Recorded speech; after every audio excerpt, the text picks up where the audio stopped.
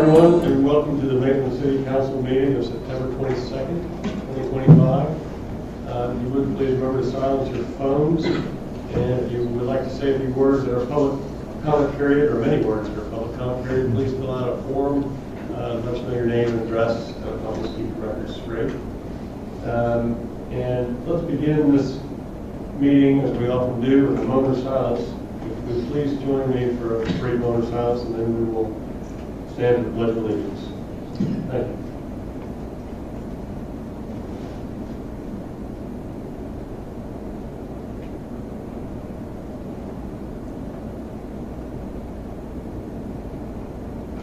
Thank you. Now, if you would please rise and join me in the Pledge of Allegiance.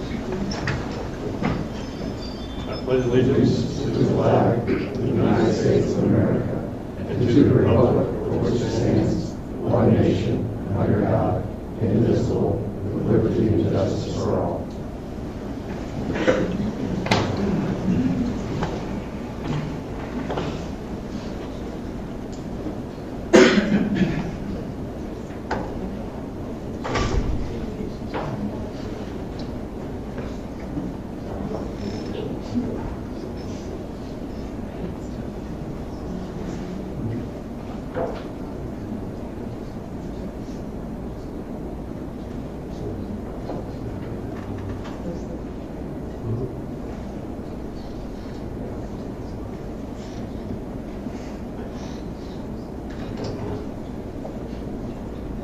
We have a couple of important presentations to begin the meeting this evening. The first is the 18-year Retirement Service Award for David Gonzalez Burgos. And I'd like to say a few words, and then I'll invite Mr. Burgos up. Actually, why don't Mr. Burgos please come up now? You're the important one here. I don't need to be here.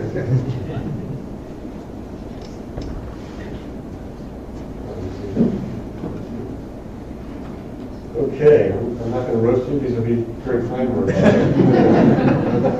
Yes.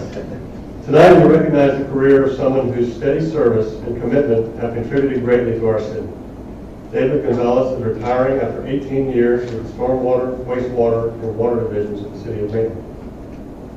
Over the years, David worked on a wide range of projects that have strengthened our infrastructure and improved service to residents. His efforts included upgrades to wastewater lift stations, the lift station 10 force main redirection, and annual lining projects to reduce inflow and infiltration. These projects reflect his persistence and attention to detail, and their benefits will continue to be felt for years to come. David also brought strong organizational and project management skills to his role. He approached each assignment with care and consistency, ensuring that work was done correctly and effectively. His willingness to step in, share knowledge, and support the job at hand made him a dependable colleague who could always be counted on. Through his years with the city, David has become known as not just for his technical skill, but also for the way he treated those around him. He valued cooperation, respected his peers, and worked with a spirit of teamwork that strengthened his department and the city as a whole. Beyond the projects and responsibilities, David's presence has been an important part of the day-to-day life of our organization. His steady approach, his experience, and his care for the work and people around him are qualities that have left a lasting impression. David, on behalf of the City Council and the residents of Maitland, we extend our sincere appreciation for 18 years of your dedicated service. We congratulate you on your retirement and wish you health, happiness, and enjoyment in the next chapter. Thank you.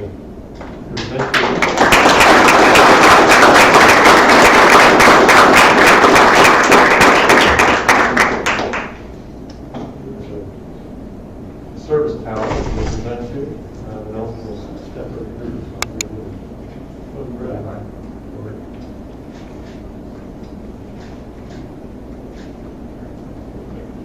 Well, David, if you'd like to say a few words, you are welcome to. I don't know, you put you on the spot, but please do, because there's 18 years to expound upon here.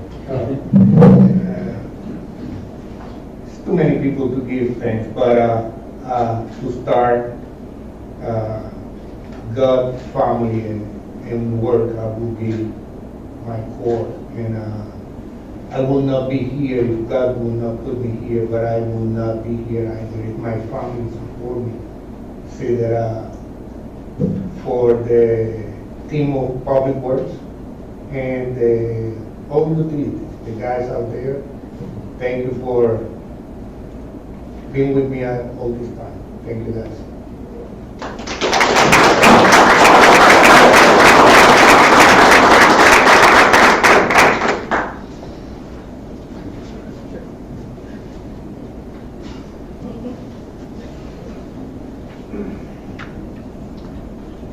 Okay. We have another presentation this evening as well for Jeffrey Silloway. Mr. Silloway, would you like to come up and join me?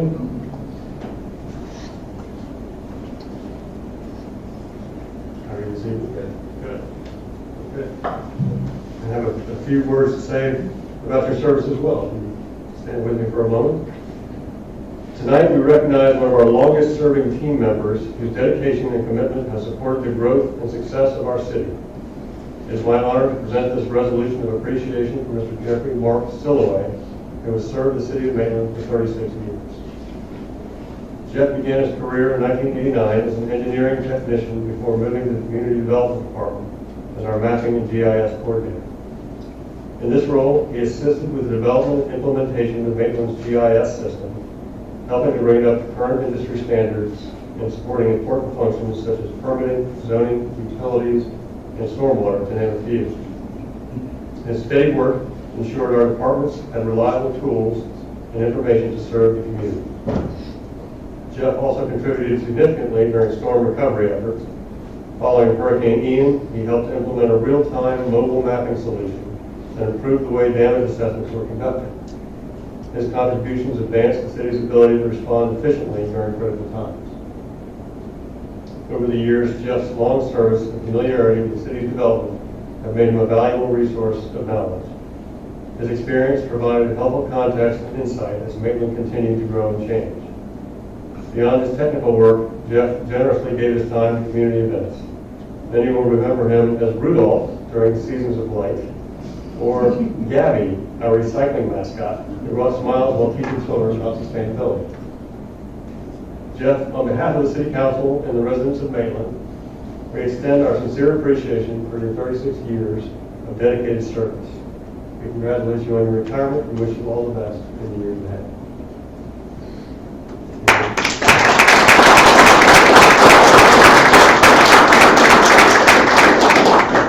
Nice resolution here, a city resolution for you. It is just one like this has been framed, and so we just need a little lead time, but please have this one, please.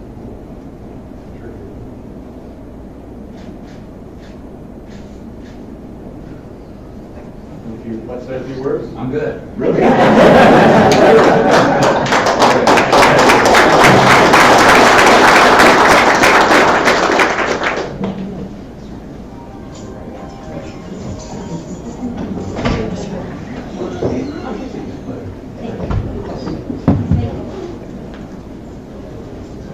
You want?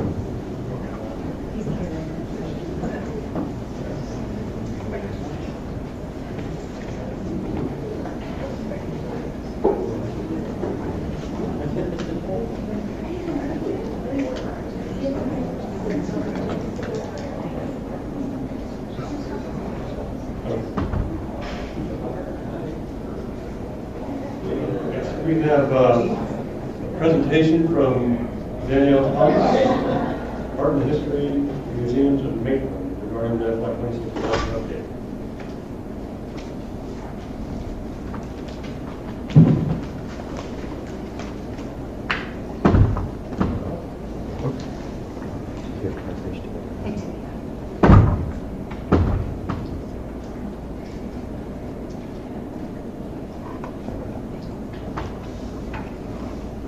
All right, thank you all so much.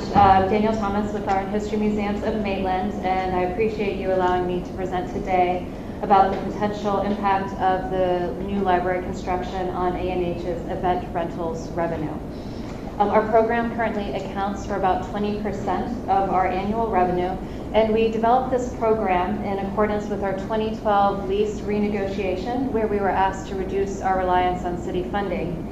And the rentals program has been instrumental in allowing us to better support ourselves, and it's also helped us grow our reach and our impact within the community. So we're very proud of the program that it's grown into.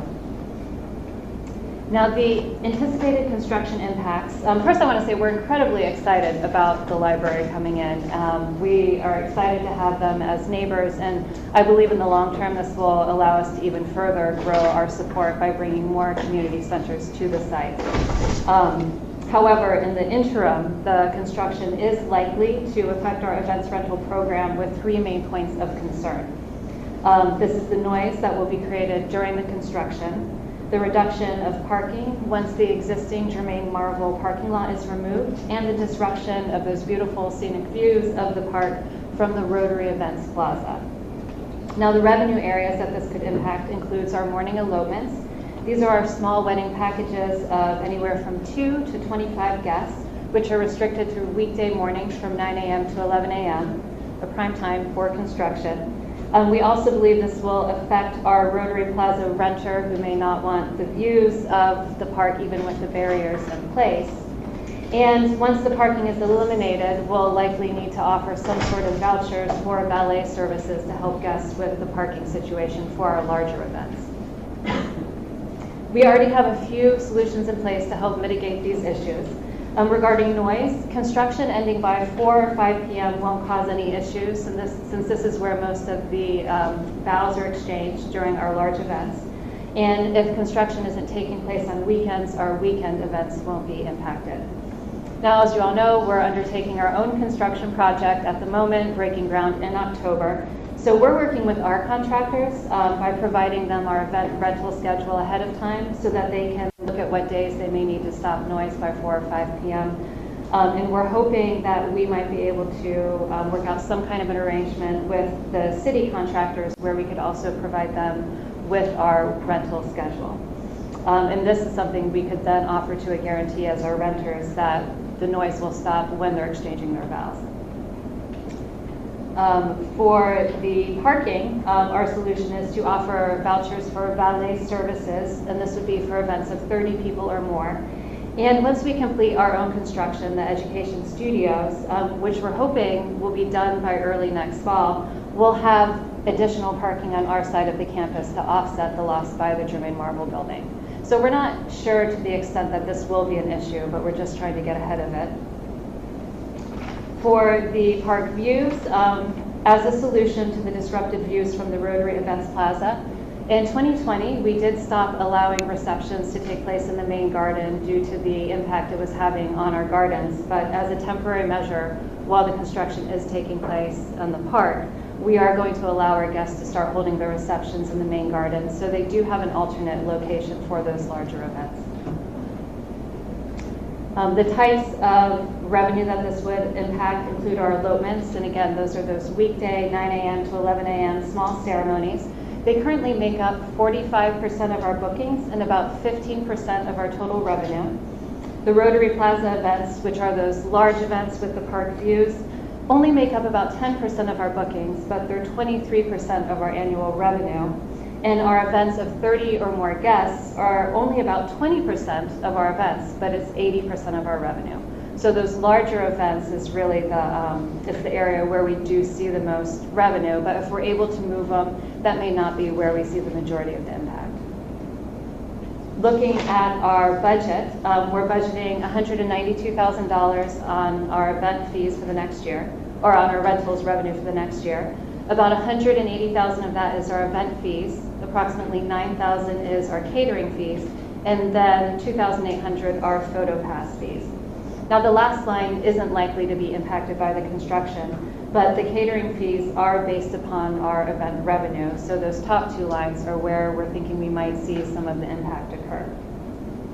Now, I didn't correlate these numbers with the percentages on the previous slide, just because we do have a lot of contingencies in place, and timing is a factor as well, depending upon when the new library construction starts and when our own parking is completed. We may not see parking issues.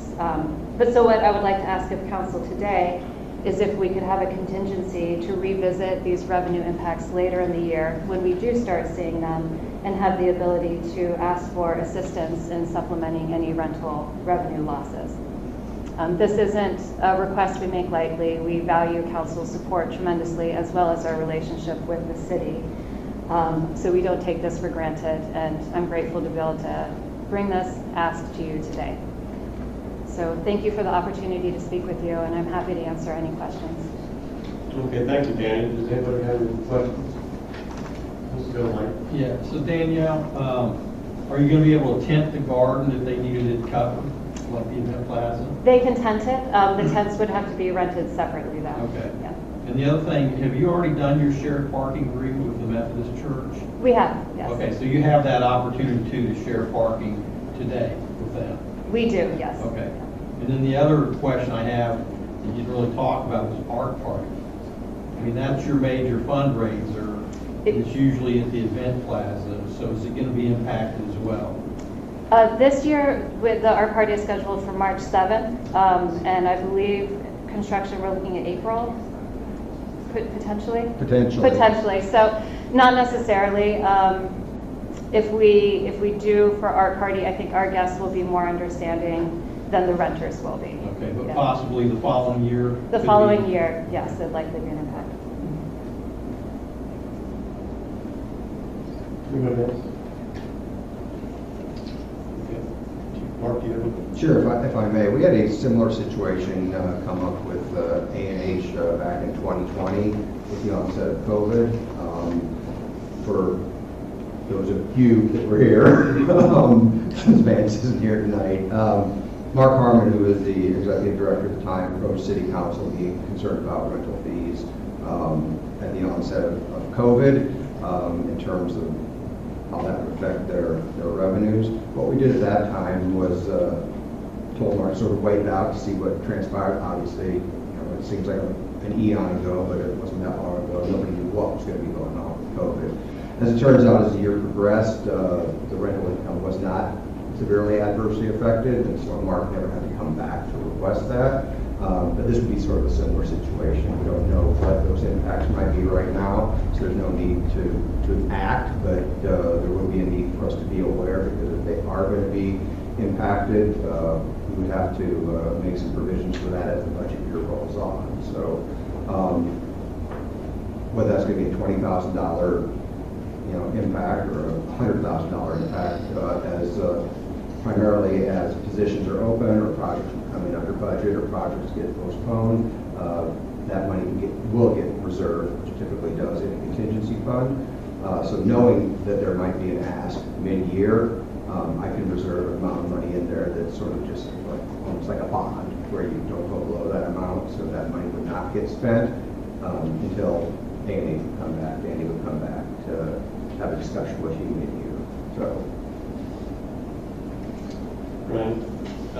Well, that sounds like a good budget practice based on history here as well. And Danny, I thank you for thinking this through ahead of time and coming to the council with kind of laid out your budget concerns with some rough figures on what could happen.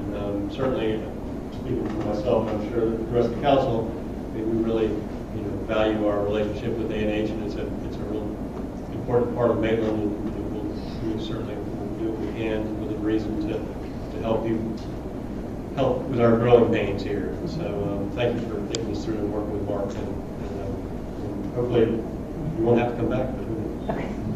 But thank you. Perfect. Thank you so much. Okay. We have a public hearing. Resolution number 18, 2025, ad valorem tax rate for the year.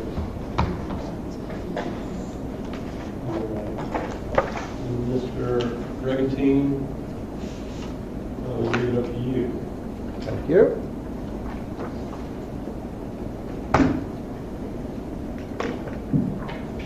First, I'd like to start by thanking a few key individuals on my staff. Obviously, when we started this process early this year, the department heads were putting things together.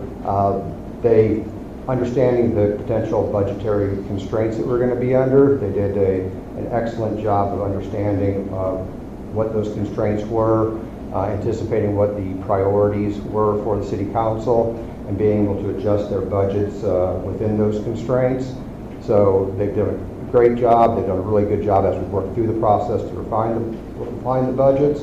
But most of all, I think the majority of the thanks goes to Jerry Gray, and I think the rest of my department heads would agree with that. He manages to pull everything together from every department, from every division, with every funding source and all the restrictions that go along with that in governmental accounting, to be able to pull this together, to make it understandable for the public, to make it understandable for me, to make it understandable for the city council as we move through the process. So Jerry, good job.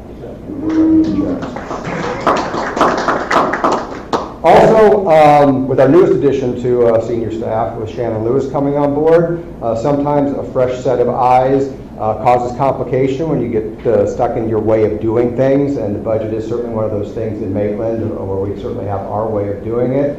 But Shannon added a lot to the process, working with Jerry and I as the department budgets came in, to ask the important questions of why do we do this, why do we present it this way, that actually affected some of the changes in the budget document itself and in the presentations that I've presented to you throughout the year. So it's been refreshing to have Shannon on board, and Jerry and I really appreciate her eye for detail when it comes to putting the budget together. So thank you for that, Shannon. So this is a slide you've seen probably 6 times already this year, but as we're approaching the end of the budget process, I'd just like to go over it for the public in case anybody's interested how the process works. In the first quarter of the calendar year, we go through a staff review, which has the department heads putting together their capital budgets and their major operational portions of the budget. Capital budget's the most important piece of it at that time, because that goes through board review for the Parks and Rec Advisory Board, the Transportation Advisory Board, and the Lakes Advisory Board for their capital budgets. So we have those under our belt before we approach the strategic planning session, which typically takes place in May, where we all got together to talk about what our strategic priorities were collectively and how those could be incorporated into the budget. So based upon that meeting and the strategic priorities that were set forth by City Council, we began to put our budget together to incorporate those priorities within the budget. During the summer, which is really the meat of our budget calendar, we issued the budget draft. Mid-July, we had our general fund budget workshop to talk about the various revenue sources, the expenditures in some detail. Then we quickly moved into having a discussion with the art history centers and the library to talk about their budgets, which took us to the end of July, where we were required to set the tentative millage rate. At that time, the City Council determined that the current millage rate should be set as the tentative millage rate because of the fact that we could balance the budget within the constraints with a few adjustments, which I'll go into in a little bit.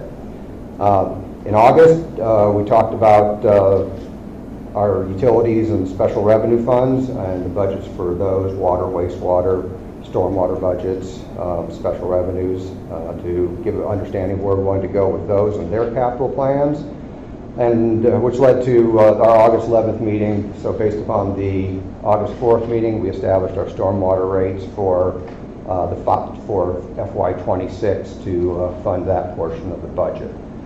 That takes us to September, where at our last meeting we had our first reading on the millage rate, budget, and CIP. The Truth and Millage ad has been run. It was in the paper last Thursday. Which brings us to tonight, which is our final adoption and public hearing for the millage rate, budget, and capital improvements program. So, jumping ahead, here we take a look at our current trends in revenue. This year, at the proposed millage rate, we're projecting a little over $42 million in general fund revenues. See that at the lower right-hand corner of this table. Just going down our various revenue sources, from an ad valorem standpoint for FY26, the ad valorem taxes are increasing slightly due to an increase in taxable values in the city of Maitland, as determined by the Orange County property appraiser. I'm going to go into those percentage increases here in just a minute. Other taxes and user fees are our local option fuel tax, our franchise and utility taxes, and business tax receipts. formerly known as occupational licenses, and we're showing a slight increase there from our actual 24 projected 25 into 26. Licenses and permits or building permits, zoning development fees, review fees, things along those lines, which are also showing a small increase. In our intergovernmental category in red, that's state and communication sales tax. This also includes FEMA funding, which tend to vary year to year. Due to sort of the timing of those disbursements, we don't accrue pending reimbursements, like for Milton, until they're obligated by FEMA. That's because it's not measurable and available as defined by generally accepted accounting practices. So it's not included in the projected until we have a better information available from FEMA. You see that slight bump in projected 25 over the 24 and the budgeted 26 number. That's because this is where grants also live in our budget. So we did receive 2 grants for the West Side Trail for almost $1 million. So that's where they show up in the budget, but that's a year-over-year thing. Charges for services include EMS transport fees, parks and rec user charges. This is a slight decrease comparing to 25 projection. This is mostly due to tracking of police special detail, which we now track separately. As I mentioned at the last meeting, the police special detail is when primarily larger local governments like Orange County or City of Orlando has events, whether they're at the arena, soccer stadium, or just downtown, where they'll request officers from other jurisdictions to assist. We will pay the officers at that rate, then we are reimbursed 100% of those costs from the hosting jurisdiction. So that's it's sort of a zero-sum game. It doesn't have an actual impact on the budget, so we track that separately now. So that's why you see the decrease there, and that's an ongoing thing year over year. So it's not a simple budgetary issue. It travels year over year, much like our water and sewer fund. So we track that separately now. Fines and forfeitures are just that, court fines and forfeited property. Red light cameras were eliminated in November of 2024, which bled into 25. However, when those revenues went down, there was a commensurate drop in the operating side of that too, because we're having to review that, have the magistrate hearing. So that again was sort of a zero-sum game. So that drop in revenue also had a drop in the operational costs within the budget. Miscellaneous account includes investment income, rents, penalties, assessments, administrative revenue, and interfund transfers and contributions. And at the bottom there, you see the payback of the advance from the CRA in this year's budget as we had projected for the last couple of years. So, any questions on the revenue side of things? Not much has changed here since we last talked. What we're looking at in the 2026 recommended budget, I'll remind you that when we initially presented the budget, that we were about $500,000 out of balance. Although we did have a 3.5% increase in taxable value citywide. This is coming off a year where we had a 2% decrease due to the Live Local Act and some West Side property value adjustments. This compares over the last 10 years where we've averaged 8 to 10% increase, so it's still a bit of a challenge for the year budgetarily. Although the increase is not keeping us from getting things done, but it does have challenges because the cost of doing business is going up. So at that time we talked about our options to balance the budget. First was to transfer money from fund balance to balance the budget. We could have raised the millage rate to make up that difference, or we could have adjusted allocated expenses, or just done further cuts to the budget. And we do run a pretty lean budget in the city, and we always have. We still have the situation in the economy where wages are high, unemployment still remains relatively low. We haven't got quite a handle on inflation yet, and what impacts us a lot more than other things is that construction costs have outpaced even inflation. So that's a big challenge because we have a fairly aggressive capital budget. And capital purchases are still high, especially equipment and vehicles. So the direction that we received was to adjust the allocation of the CRA and the stormwater funds commensurate with our other funds to balance the budget. Now, this is not to say that we're not moving forward on the capital side.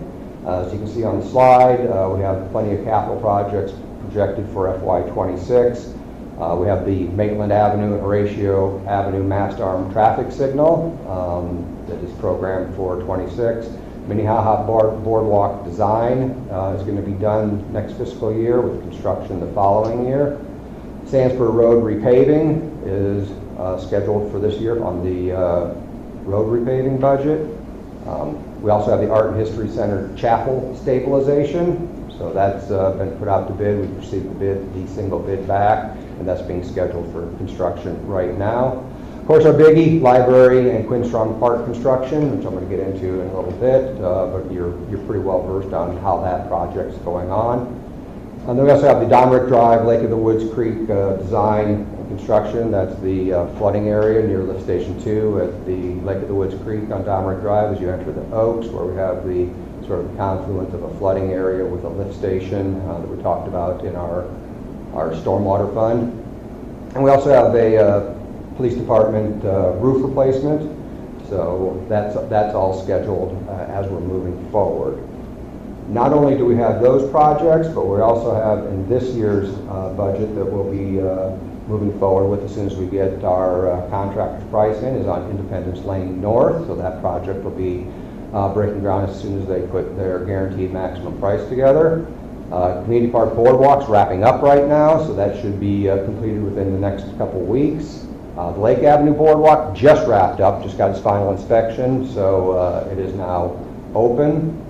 We have to finish up the sidewalks in Domrick Hills. Most of those are done, but there is that last section of sidewalk that we've talked about that was supposed to go down Chippewa that we'll probably have to bypass to provide another path to save a tree to get to the elementary and middle schools. Once we get the contractor demobilized from the site in Domrick Hills, we'll move into the Mohican Trail, Mohican Trail sidewalk and Deloraine Trail intersection, where we're tightening up the intersection of Deloraine Trail and Mohican to make that a safer intersection, because a lot of kids walk along there and it's a very busy road, so we're going to get that done. We have gateway signage that's going to continue into next fiscal year, and the West Side Trail will also be wrapping up. It will carry us into next fiscal year. So on the expenditure side,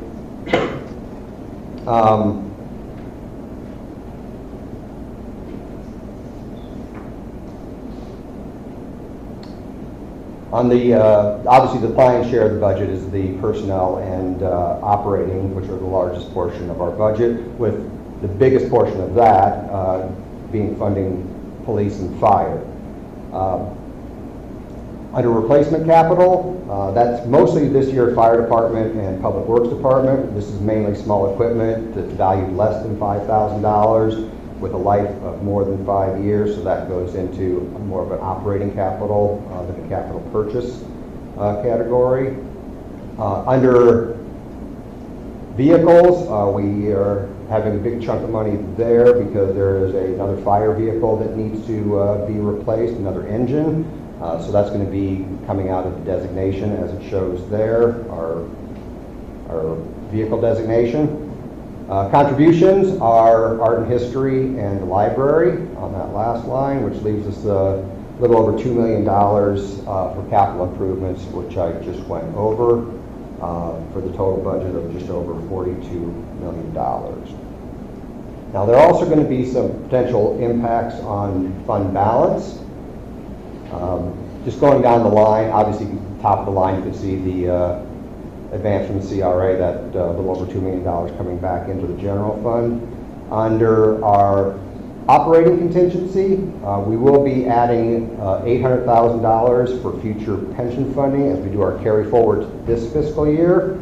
But based on the police and fire pension plan's revised experience study, which was just presented to the board at their last meeting, which for actuarial purposes actually starts in 2027, but it shows a funding deficit in 2026, and that's what that $316,000 is. So what we're going to do is propose that we fund that deficit in 2026, because it turns into a sort of a pay me now or pay me later kind of situation. And that's what this fund has been building up for.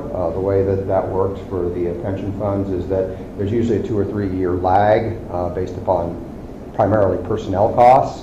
And our personnel costs in police and fire have gone up faster than the former actuarial study showed. So knowing that, we've put money away in this operational contingency to be able to fund that future deficit. So this is sort of the first year of that happening, and that's that $316,000. And that's what this reserve fund was intended to do. Under vehicles, we're going to be increasing that by $950,000 at the end of this fiscal year as far as carry forwards go.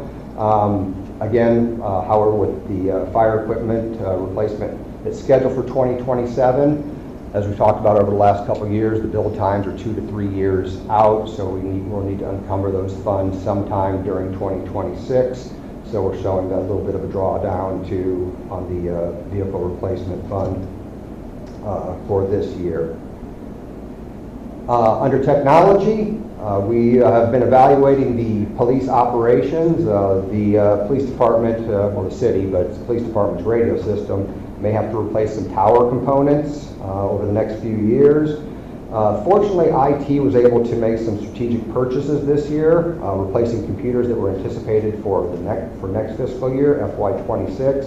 So because of that, we were able to increase the contribution to this designation a little bit more than was originally planned for those anticipated future costs. Just as a reminder, the technology fund balance designation was created primarily for radios and technology, because a few years ago, as we were evaluating the budget and looking at our networks, our citywide networks, and we had a radio purchase on the line, we had a very tough time funding those improvements, where we had actually had to stagger the radio system purchases out for 3 years, so you buy 1/3 of the radios each year. We had to use carry forward money to upgrade our network. We didn't want to get ourselves put in that situation again in the future, so that's when the technology designation was created. So as those larger capital expenses on the technology front come up, we have a pool of money to pull from. City Council Capital, this is the fund formerly known as ARPA. That's being used to fund the library and Quinn Strong Park projects. So those are going to be moving forward in 2026. And as we planned, contribution from City Council Capital will be added to the loan proceeds for that construction. That leaves the last component of the library funding, which will be for the FF&E, the furniture, fixtures, and equipment, which is anticipated to be about $2 million. That puts us right at the all-in number of $20 million. So what it looks like now is we're pulling together end of years that we'll be able to fund that component from this year's carry forward money to avoid having to have that direct impact on another revenue source. So that's the cleanest way, and that way it shows up in our financials. It's a little bit cleaner as the new auditors come in and take a look at what we've done for our financial statements.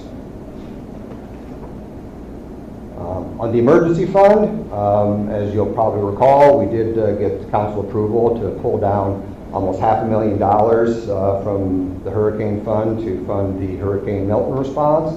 We're currently working with FEMA on reimbursements. However, FEMA's being very, very thorough in their review this year, which is slowing down the process of getting that reimbursement. But when we get the reimbursement, we'll be able to replenish the designation and continue to increase it each year at that 15% level of our operating budget, which is our policy for the emergency fund.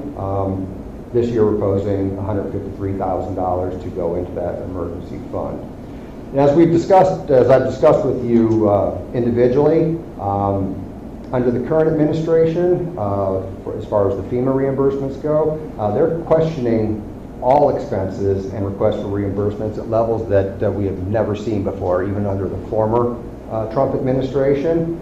And it's not just us, but it appears that they're Obviously with the situation with FEMA and it being in flux, it appears like there might be trying to claw back some of that money that was designated for disaster response. So we are continuing to work with FEMA, but it's likely we'll need to update some of our policies to address some of their concerns. And like I said, they're not singling us out because as local governments, we all sort of share policies when it comes to how we respond to disasters. So they're talking to other local governments that were impacted by the hurricanes. There seems to be a broad brush across all communities that were impacted. So more to come on that front as we move forward into 2026 and get a better handle on what their expectations are going to be. This shows how the millage rate of 5.0465 funds the budget. Each mill generates $4 million to the general fund and $389,000 to the Community Redevelopment Agency. The combined total millage rate used to balance this year's budget is 5.2425, which is actually 0.006 mils less than last year's combined rate of 5.2485, which is a 0.1% reduction. At the 5.2425 mils, a home with taxable value of $500,000 would pay approximately $2,621 in operating and debt service millage. So this is the portion of the hearing where we ask for a action or motion. There are 3 motions that have to be voted on, made and voted on individually. The first is to adopt the operating millage rate for 26. The second is to adopt the voted debt millage rate for 26. And the last is to adopt the budget resolution setting the combined total millage rate for 26. So, any questions on this portion of the presentation? Thank you, Mark. Any questions? No? Okay. Is anybody from the public? Let's open up the public comment period. Is anybody from the public like to comment on the tax issue? All right, seeing none, let's close the public comment period. And is there any discussion, or would we like to move to the motions which Lauren has so helpfully provided? I think we move to the motion. I'll make the motion that we move to adopt the operating millage for fiscal year 2026 at 5.0465 mils, which is 3.55% higher than the rollback rate of 4.8737 mils. There a motion? Second. And a second. Order, please call the roll. Councilmember Shaney? Aye. Councilmember French? Aye. Councilmember Randolph? Aye. Mayor Lau? Aye. Okay, another motion queued up here. All right, I move to adopt the voted debt millage rate for fiscal year 2026 at 0.1960 mils. Okay, a motion. Second. And a second. Laura, would you please call the roll? Councilmember Randolph? Aye. Councilmember Shaney? Aye. Councilmember French? Aye. Mayor Lau? Aye.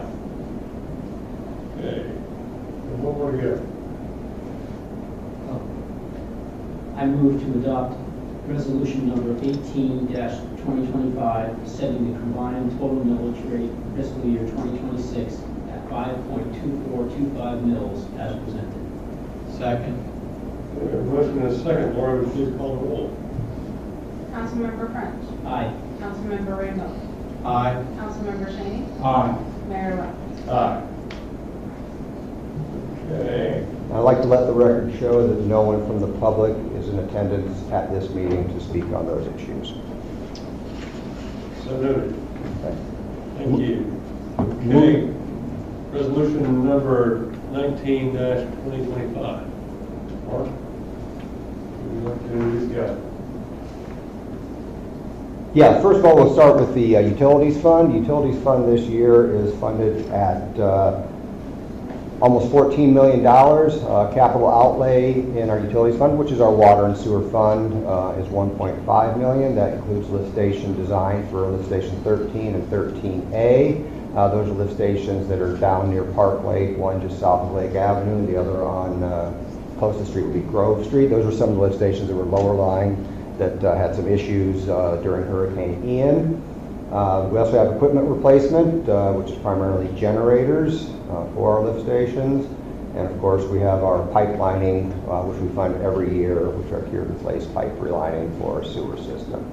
Operating expenses are a little over $10 million, and that's primarily personnel costs. But as we talked about during the utility fund workshop, since we don't treat our own wastewater in the city, we contract for it. That's a big chunk of our operating expenses, where we pay the City of Altamont and City of Orlando for their Iron Bridge facility, as well as pay the South Seminole North Orange County Wastewater Transmission Authority to get our sewage from the east side of the city down to the Iron Bridge plant. And of course, we have repairs and maintenance, depreciation, and supplies. We also have some debt service in this account, and the debt service, first of all, is the majority of it is for the 1792 water line project. Phase 1 of that project closed out, so we're starting to do repayment on that loan. And we also have a bank loan from 2015 on various projects. This next slide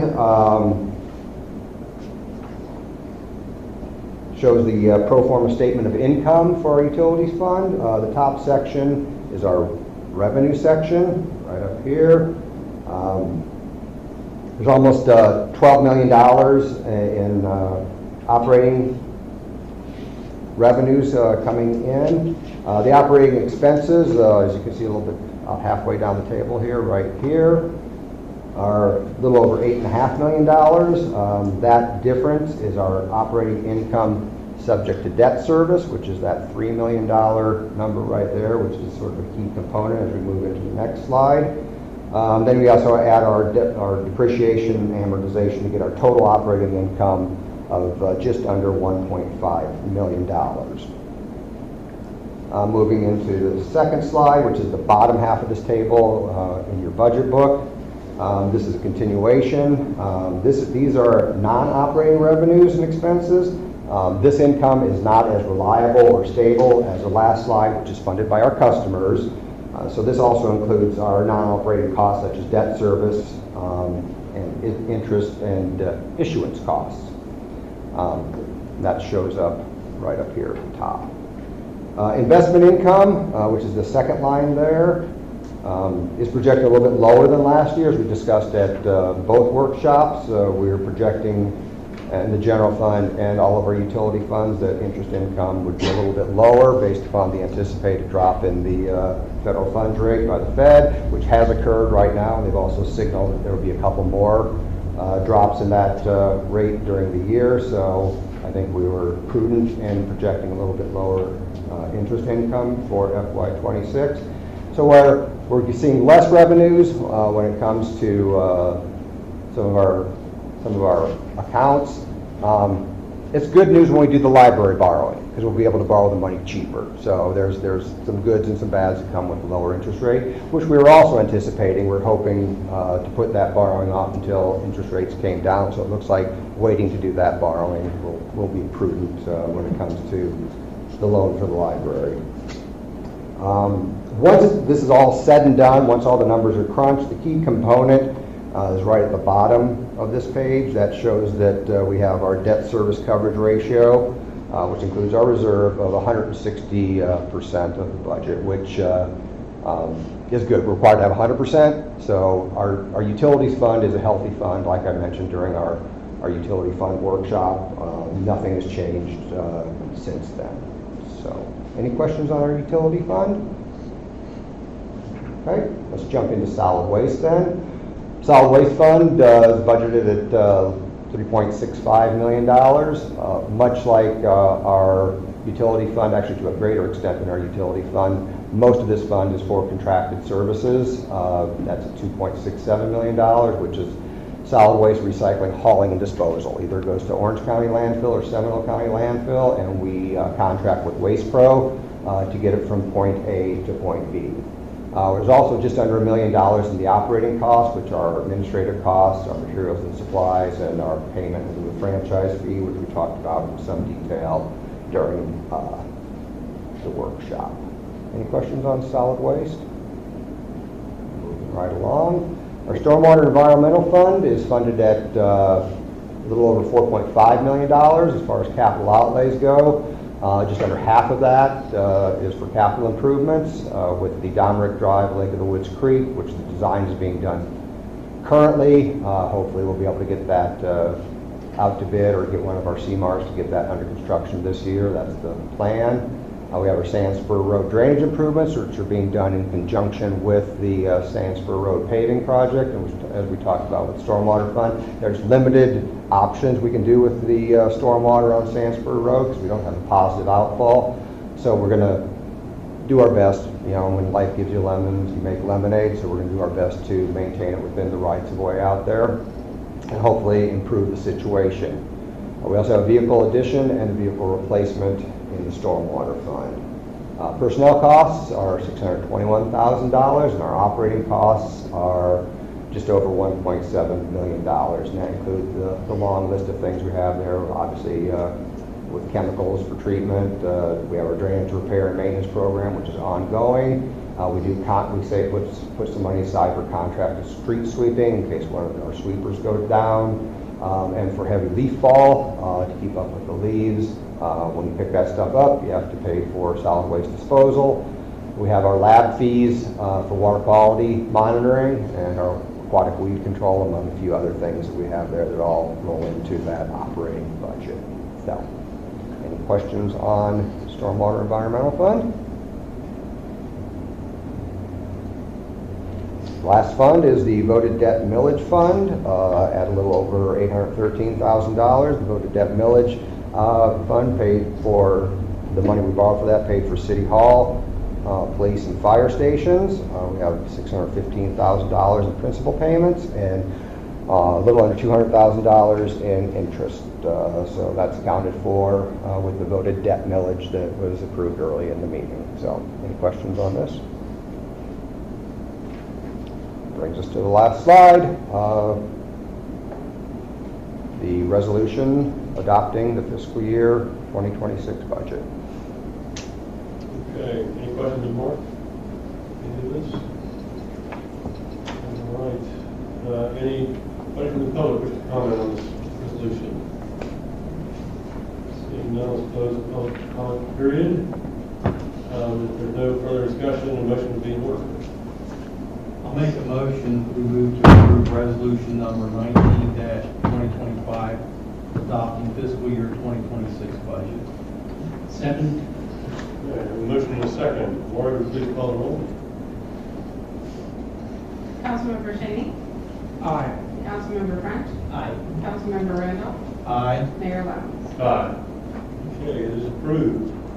At this point, let us change our hats to the CRA side and convene the CRA meeting. So we're going to briefly adjourn the council meeting and convene the CRA meeting. And we have a consent agenda. Does any member of the CRA wish to remove any items from the consent agenda? Okay. Does anyone from the public have any comments on consent item number 2? Seeing none, let's close the public period, and the motion will be in order. I'll make a motion to approve the CRA consent agenda as presented. Second. All right, and a motion and second. Laura, would you please call the roll? CRA member Shaney? Aye. Member French? Aye. CRA member Randall? Aye. Chairman Holmes? Aye. Okay, we have adopted it. Consent agenda. And let's, at this point, close the CRA meeting, adjourn the CRA meeting, and reconvene as the Maitland City Council. Here we are. I'm sorry, we have more to go in the CRA. I'm sorry, I've shortened it. We're back in our CRA meeting out of the city council meeting, sorry. We have another couple of decisions to make. First is resolution number 2025, fiscal year 2026 CRA annual budget. Mark, would you please introduce that? Sure, just real briefly, the CRA budget for FY26 is just over $4.5 million. The budget includes $239,000 in change for operating costs such as legal expenses, annual audit, administrative expenses, $1.2 million for capital outlay to further refine downtown traffic and mobility improvements, almost $1 million, $998,000 in debt service, and a little over $2 million for repayment of the advance to the general fund. Okay. Anybody have any questions for Mark? Does anybody from the public like to comment on the CRA annual budget 2026? Seeing none, let's close the public comment period.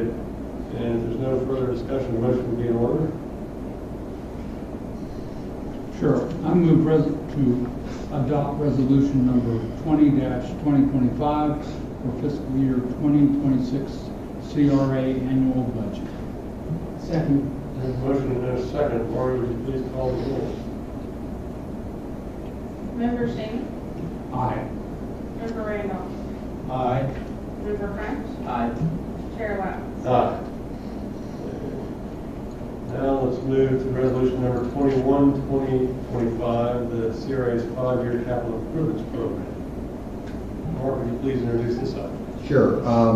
This is a little bit new for this year. We typically haven't adopted a 5-year plan, capital plan for the CRA. It's just been blended into our other capital plan, just showing the CRA as a funding source.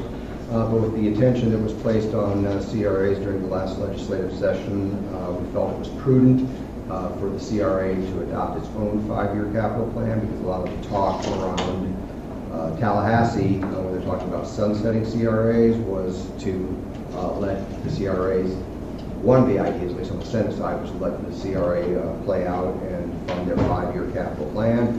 On the House side, they're willing to fund the current year capital plan, then sunset. Fortunately, none of that came to fruition last year. We anticipate that this will be a discussion in Tallahassee again this year. So what we're proposing is to adopt a 5-year capital plan specific to the CRA, outlining all of our capital improvements, which are primarily going to come out of the downtown mobility study that we're partnering with the MPO to complete. So you'll see mobility improvements, streetscape improvements, sidewalks, things like that will probably be coming out of that. And as we discussed during our workshop, what we're also proposing is some short-term debt.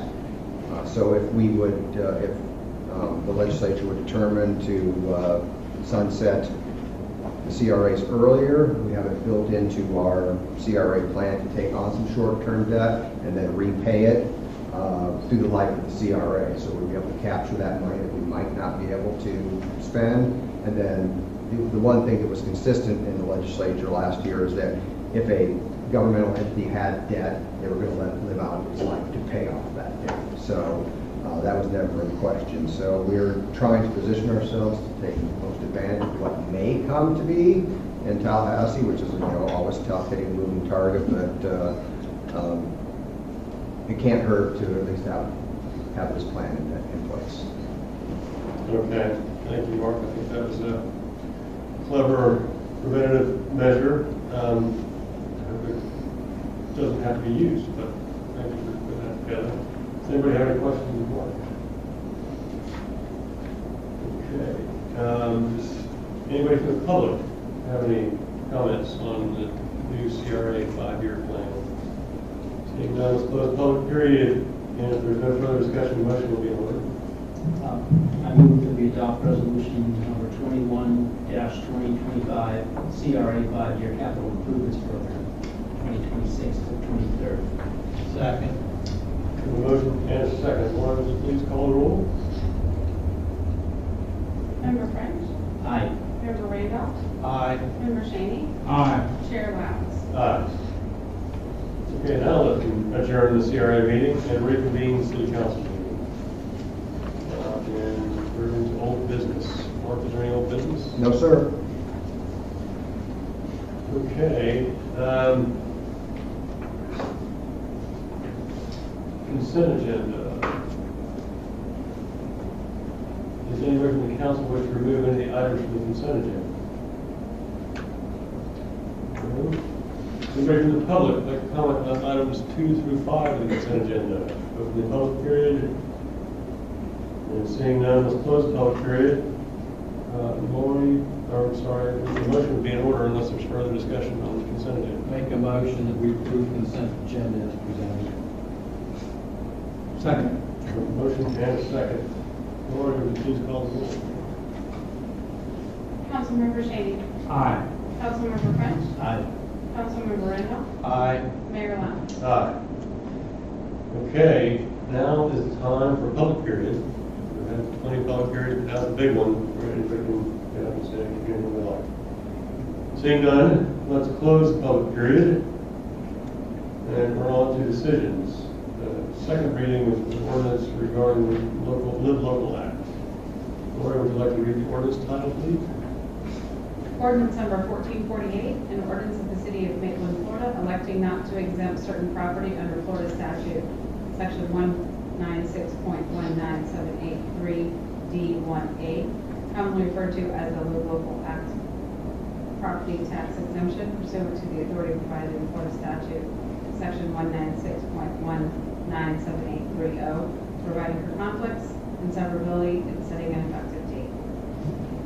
Okay, thank you, Lori. Mark, would you like to introduce this item? Yes, just real briefly, I think Shannon did a really good job of introducing it the last meeting. This is the second reading. This is sort of a belt and suspenders type action. A couple of weeks ago, you adopted a resolution exempting us from the Live Local Act. The statute provides that if there's a surplus of affordable housing in Orange County, that we have the opportunity to opt out of the Live Local tax exemption. So they can take advantage, they can do a Live Local project, they just can't take advantage of that 75% tax exemption if we have a surplus of affordable housing in the county. We do have that surplus of affordable housing in the county according to the Schimberg Center this year. And since there's some, I would say, concern in the municipal legal realms on how the statute is interpreted, it says that we can adopt annually this exemption for a 2-year period. So we adopted last year for a 2-year period. But since there's some concern on what that means, we're going to be adopting this annually as long as we have a surplus of affordable housing. At least we'll be recommending that for fiscal reasons. So that's what we're doing with this, that will protect us from the Live Local tax exemption for at least 1 more year. Okay, thank you. Anybody have any questions of Mark? All right, let's open it up to the public again. Does the public, anybody from the public have any comments on this ordinance? Seeing none, let's close the public comment period. And if there's no further discussion, the motion will be in order. I move to adopt on second reading ordinance number 1448, chapter 196.1978, Live Local Act, opt-out, ad valorem tax exemption. Second. Okay, we have a motion and a second. Lori, please call the roll. Councilmember Shaney. Aye. Councilmember Randall. Aye. Councilmember French. Aye. Mayor Lambert. Aye. Okay, it is adopted. We have a second reading for a second ordinance regarding C&D franchise. Mark, would you like to introduce? I'm sorry, Laura, would you please read the ordinance title? Ordinance number 1449, an ordinance of the city of Maitland, Florida, granting Coastal Waste and Recycling, Inc. a non-exclusive franchise to provide roll-off container collection and disposal of waste within the city of Maitland, Florida, outlining the franchisee's duties and providing for terms and conditions under which such franchise will operate, providing for severability and providing for an effective date. Okay, thank you. Mark, would you like to introduce this item? Yeah, just real briefly, the franchise agreement we have with Waste Pro exempts C&D hauling, so it's more of a free market in the city of Maitland. You just have to get your own non-exclusive franchise. We have almost 24 that are on file now that allow businesses or residents, if they're doing construction and demolition of their house, they can contract, they can shop around and contract for the best price versus having to use Waste Pro. A lot of communities have run into a problem if they allow exclusive franchise with their waste hauler. There's a perception they're being gouged. So we exempted it from the Waste Pro contract to create a little more open market for our residents and businesses. Okay.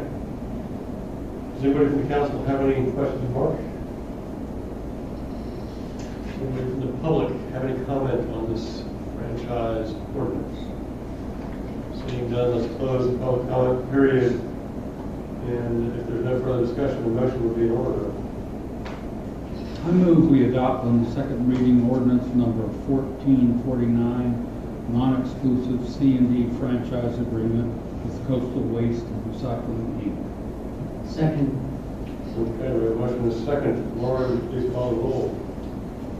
Councilmember Randolph. Aye. Councilmember French. Aye. Councilmember Shane. Aye. Mayor West. Aye. Okay, we're on to a first reading of ordinance number 1450. Lori, would you please read the proposed ordinance title?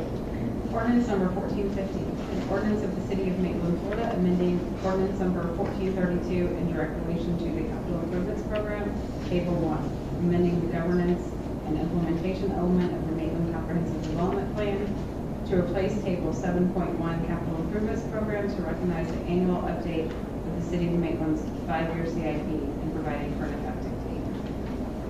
Okay, thank you, Lori. Mark, would you please introduce this item? Yeah, every year after we adopt the budget and the capital improvements plan, the next step is to incorporate that into our comprehensive development plan. The same 5-year table that you adopted in the budget is that table 1 that we move into the comp plan, so it's updated annually to show that we have a 5-year financially feasible capital improvements program. Okay. All right. Does anybody have any questions of Mark on this item? No. All right.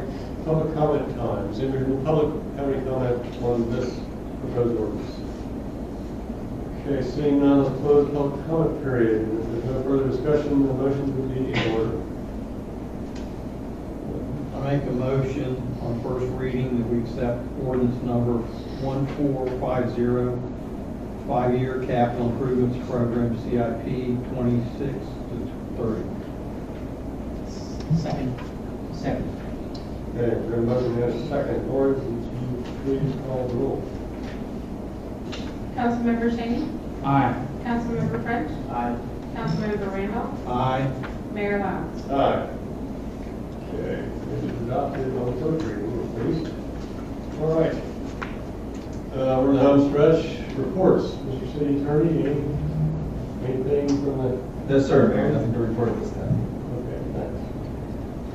Mr. City Manager? Yeah, just a few things for some upcoming events. We have our first Friday street party that get downtown, 6 p.m., October 3rd, right here in Fenton Square. First movie in the park, which is going to be a Minecraft movie, scheduled for 7:30 on October 11th, right out in Fenton Square also. And one of our bigger fall events, Halloween, scheduled for 5:30 on October 25th in Fenton Square. Also, we have a couple classes that are coming up. The Fire Rescue Department is having a CPR class on October 29th, 5:30. That's going to be in this room, yes, correct? Police having a home safety class at 6:30 at Maitland Community Park on Thursday, September 25th. And we also have a Living with Coyotes program, 6:30 p.m. Thursday, October 23rd at Maitland Community Park. Because we do have to live with coyotes in this community. They're not going anywhere. It's not a lifestyle choice, that's actually something that's here. It's here. We Yeah. like rabbits. We love rabbits. All right, well, thank you, Mark. You're welcome. City Clerk, anything? Nothing tonight, thank you. Anything? Anybody on council? At least it's not adopt a coyote program.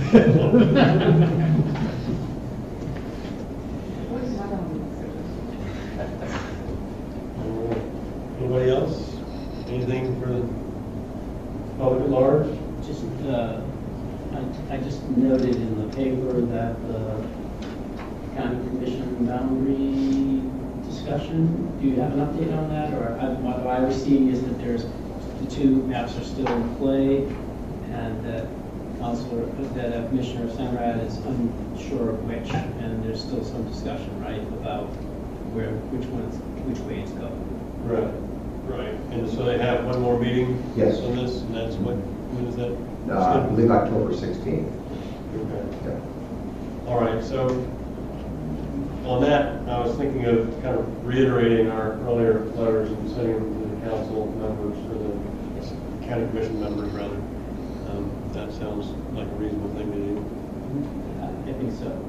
The report that I saw, it looked like Pine Castle was objecting to the map that we kind of wanted with Winter Park in it. So they think that map, where it includes Winter Park out to the east, was what they would prefer to see. That's Pine Castle's view? Yeah, there was a lot of debate on the makeup of those two maps. I watched the meeting. It seemed like the majority were leaning toward 1A, which had Winter Park and Maitland and Eatonville together, because there weren't any real objections. The only objection was on sort of a socioeconomic makeup, to which the consultants and the county staff showed some numbers that showed that based upon the makeup of the county, that a majority minority district was impossible based upon the numbers and the location of those people. So that seemed to assuage some folks. That seemed to be where they were kind of tilting. But regardless, we're kind of we're not in far east and we're not in northwest. So either way it goes, we're at least in an urban, but we will be in an urban district. That's sort of what we wanted. Okay. All right, well, we'll send them our concerns again, and hopefully they'll pay attention to us. All right, if that is it for the evening, let us adjourn.